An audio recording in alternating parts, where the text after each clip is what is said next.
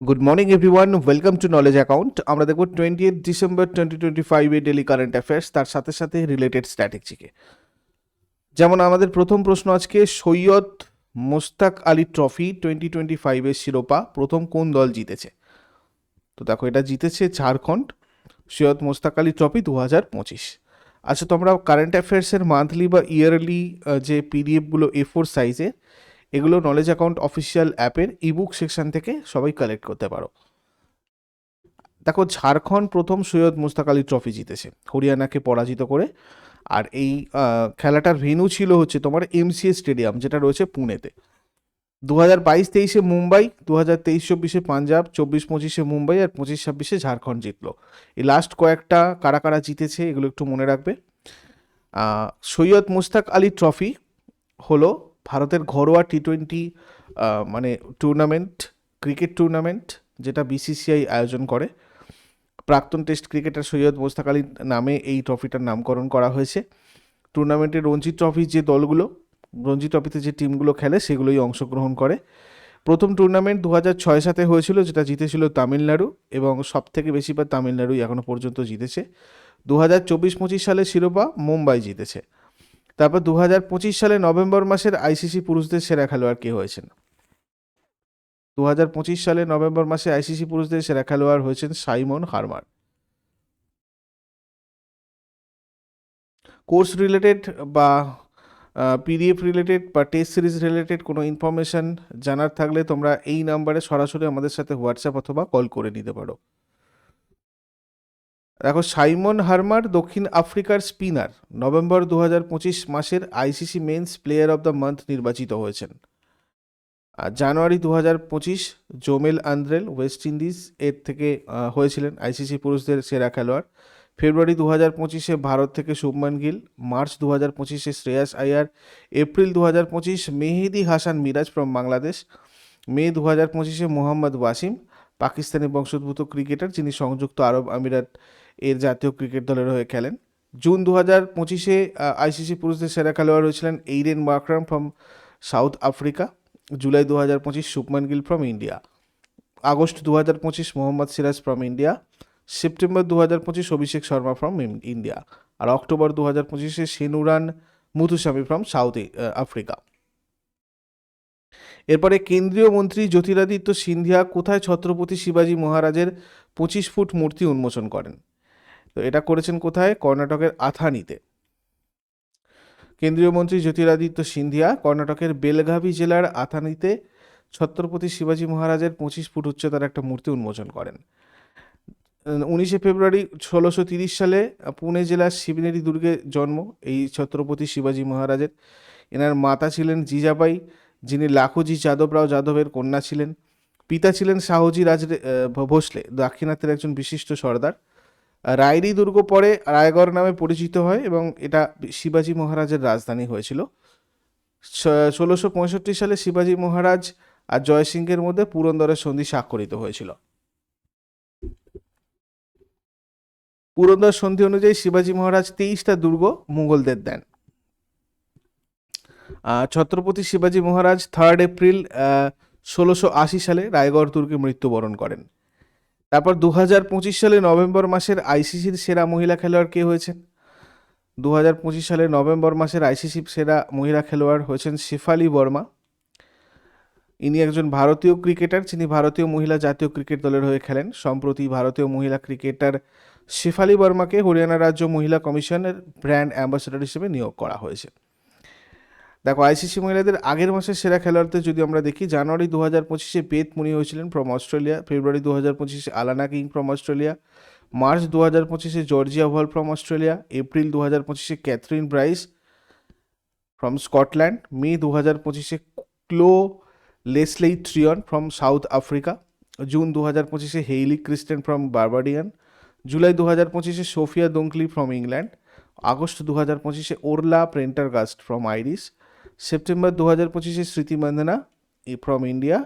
October 2025 Laura Wolvaardt from দক্ষিণ আফ্রিকা। আর ইন্টারন্যাশনাল ক্রিকেট কাউন্সিলের হেডকোয়ার্টার ইউনাইটেড আরব এমিরেটসের দুবাইয়ে রয়েছে। এটা প্রতিষ্ঠিত হয় 1909 সালের 15 জুন।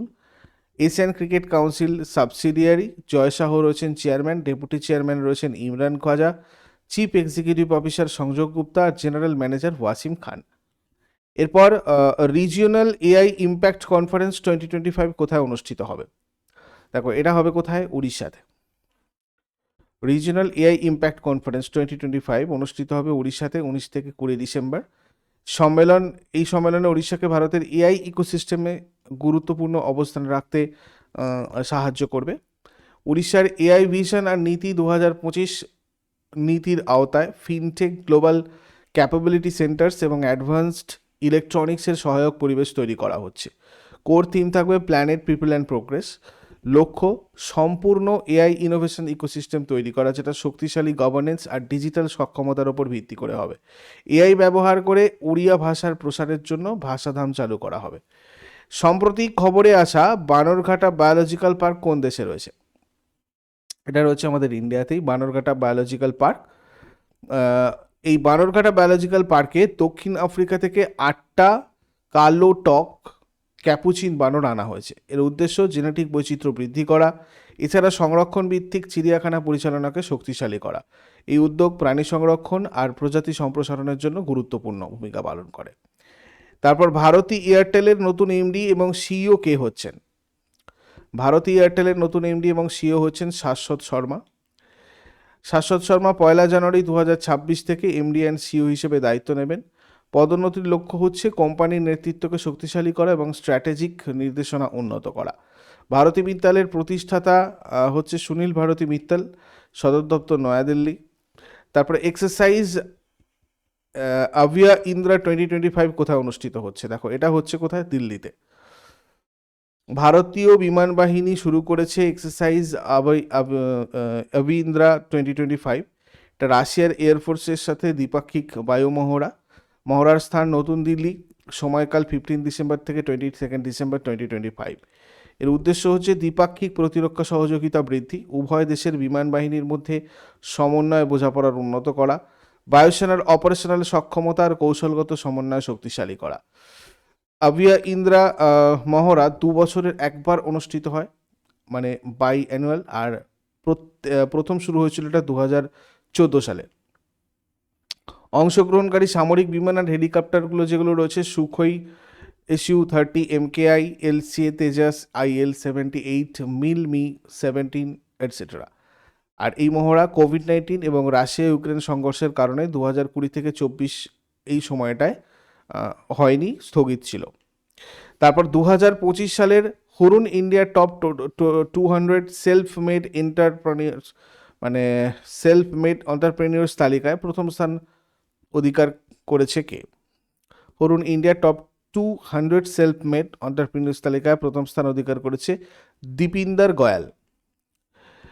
হুরুন ইন্ডিয়া এবং IDFC ফার্স্ট প্রাইভেট ব্যাংকিং যৌথভাবে প্রকাশ করেছে India's top 200 self made entrepreneurs of the millennia 2025। প্রকাশের তারিখ হচ্ছে এটা 17 ডিসেম্বর প্রকাশিত হয়েছে।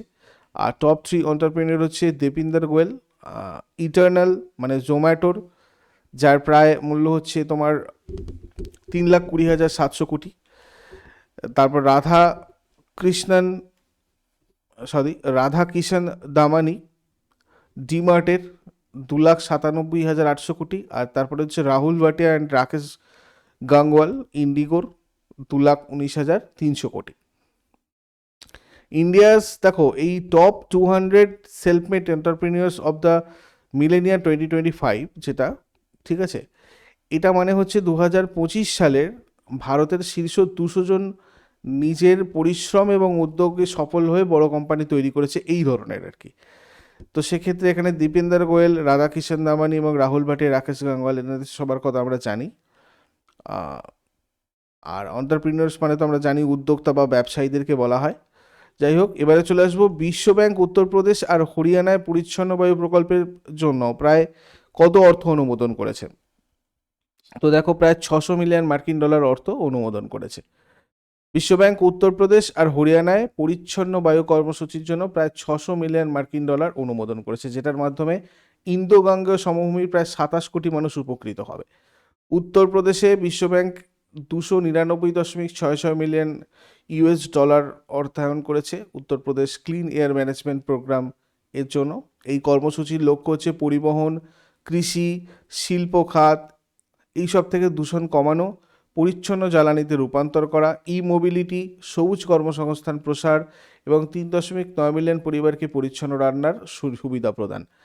হরিয়ানায় $300 মিলিয়ন অর্থায়নে clean air project for sustainable development operation বাস্তবায়িত হচ্ছে। এতে পরিবহন, কৃষি, শিল্প ও নগর উন্নয়ন খাতে নির্গমন হ্রাস, বাস ও থ্রি হুইলার সম্প্রসারণ এবং সমন্বয় আর নজরদারির জন্য এটা একটা বিশেষ সংস্থা অর্জুন গঠন অন্তর্ভুক্ত।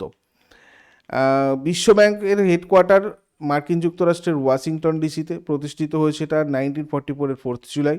সভাপতি অজয় বঙ্গ।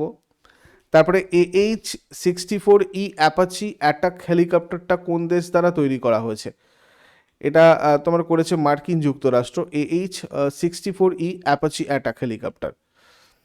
ভারতীয় সেনাবাহিনী এখন মোট এরকম 6টা অ্যাপাচি যুদ্ধ হেলিকপ্টার পেয়েছে। শেষ 3টে হেলিকপ্টার সম্প্রতি পাওয়া গেছে। এই হেলিকপ্টারগুলো রাজস্থানের যোধপুরে 451 আর্মি এভিয়েশন স্কোয়াড্রনে রাখা আছে। অ্যাপাচি AH-64E হচ্ছে বোয়িং দ্বারা নির্মিত বিশ্বের অন্যতম উন্নত মাল্টিরোল কম্ব্যাট অ্যাটাক হেলিকপ্টার, যেটা মূলত আকাশ থেকে আকাশ এবং আকাশ থেকে মাটিতে সুনির্দিষ্ট আক্রমণ, উন্নত নজরদারি এবং ক্লোজ এয়ার সাপোর্ট মিশনের জন্য ব্যবহৃত হয়। এটা উন্নত সেন্সার, সফটওয়্যার আর অস্ত্র ব্যবস্থা সংবলিত, ড্রোন বিরোধী সক্ষমতা সম্পন্ন এবং অত্যাধুনিক নেটওয়ার্ক কেন্দ্রিক যুদ্ধক্ষেত্রে ব্যবহারের উপযোগী। আগের দিনের হোমওয়ার্কগুলো দেখো। 1857 সালে কোন গভর্নর জেনারেলের সময় সিপাহী বিদ্রোহ ঘটে? এটার উত্তর হয়ে যাবে লর্ড ক্যানিং। আর সিধু কানুর নেতৃত্বে সাঁওতাল বিদ্রোহ কবে আরম্ভ হয়? এটা হয়ে যাবে 1855 সালের 30শে জুন। আর আজকে তোমাদের জন্য হোমওয়ার্ক থাকবে, কত সালে ভারতীয় সংবিধানে পঞ্চায়েতি রাজকে অন্তর্ভুক্ত করা হয় এবং কত সালে পর্তুগিজরা গোয়া দখল করে? শেষকালে কমেন্টে এগুলো জানাও। চট করে আগের দিনেরগুলো কুইক রিভাইজ করে নেব। যারা লাইভে রয়েছে অ্যান্সার করার চেষ্টা করবে। 19 ডিসেম্বর 2025 এর কোয়েশ্চেন্স কি ছিল? কোন দেশের প্রধানমন্ত্রী ইথিওপিয়ার সর্বোচ্চ সম্মাননা প্রাপ্ত প্রথম বিশ্বনেতা হয়েছেন? তো আমাদের এখানে ইন্ডিয়া, ভারত হয়ে যাবে। কোন পশ্চিম এশিয়ার দেশের সাথে ভারত সরকারি ভ্রমণ সহজ করার জন্য একটি ভিসা মওকুফ চুক্তি স্বাক্ষর করেছে? সৌদি আরব। নিম্নলিখিত কোন তারিখে ভারতের সংখ্যালঘু অধিকার দিবস পালিত হয়? 18 ডিসেম্বর। 2025 সালে national council of science museums কতগুলো public relation society of India national award পেয়েছে? 2টি। কয়লা মন্ত্রক কর্তৃক কোল ইন্ডিয়া লিমিটেডের চেয়ারম্যান কাম ম্যানেজিং ডিরেক্টর হিসাবে কে নিযুক্ত হয়েছেন? বি সাইরাম। 68তম ন্যাশনাল শুটিং চ্যাম্পিয়নশিপ কোথায় অনুষ্ঠিত হয়েছিল? নয়াদিল্লি। ডেজার্ট সাইক্লোন 2 অনুশীলন কোন দুই দেশের যৌথ সামরিক মহড়া? ভারত আর সংযুক্ত আরব আমিরাত, UAE. Google Pay Flex card কোন ব্যাংকের সাথে যৌথভাবে লঞ্চ করা হয়েছে? Axis bank. ভারতের প্রথম ফরেস্ট বিশ্ববিদ্যালয় কোথায় স্থাপিত হচ্ছে? গোরক্ষপুর। সম্প্রতি প্রয়াত কোন পুরস্কারটি রাম সুতার 2016 সালে পেয়েছিলেন? পদ্মভূষণ। অপারেশন থান্ডার 2025 কোন প্রতিষ্ঠানের উদ্যোগে অনুষ্ঠিত হয়? ইন্টারপোল। অ্যালজাইমার্স রোগ নিয়ে নতুন গবেষণাটি কোন প্রতিষ্ঠান করেছে? Institute of nano science and technology, Mohali. এগুলো ছিল আগের দিনের প্রশ্ন। ইউজফুল বলে মনে হলে লাইক করো, শেয়ার করো, কমেন্ট করে ফিডব্যাক জানাও। আর প্রতিদিন সকাল 6টার সময় ডেলি কারেন্ট অ্যাফেয়ার্সের আপডেটের জন্য নলেজ অ্যাকাউন্টকে সাবস্ক্রাইব করে বেল আইকন প্রেস করে অলে ক্লিক করে নাও। Thank you so much, take care, wish you all the best.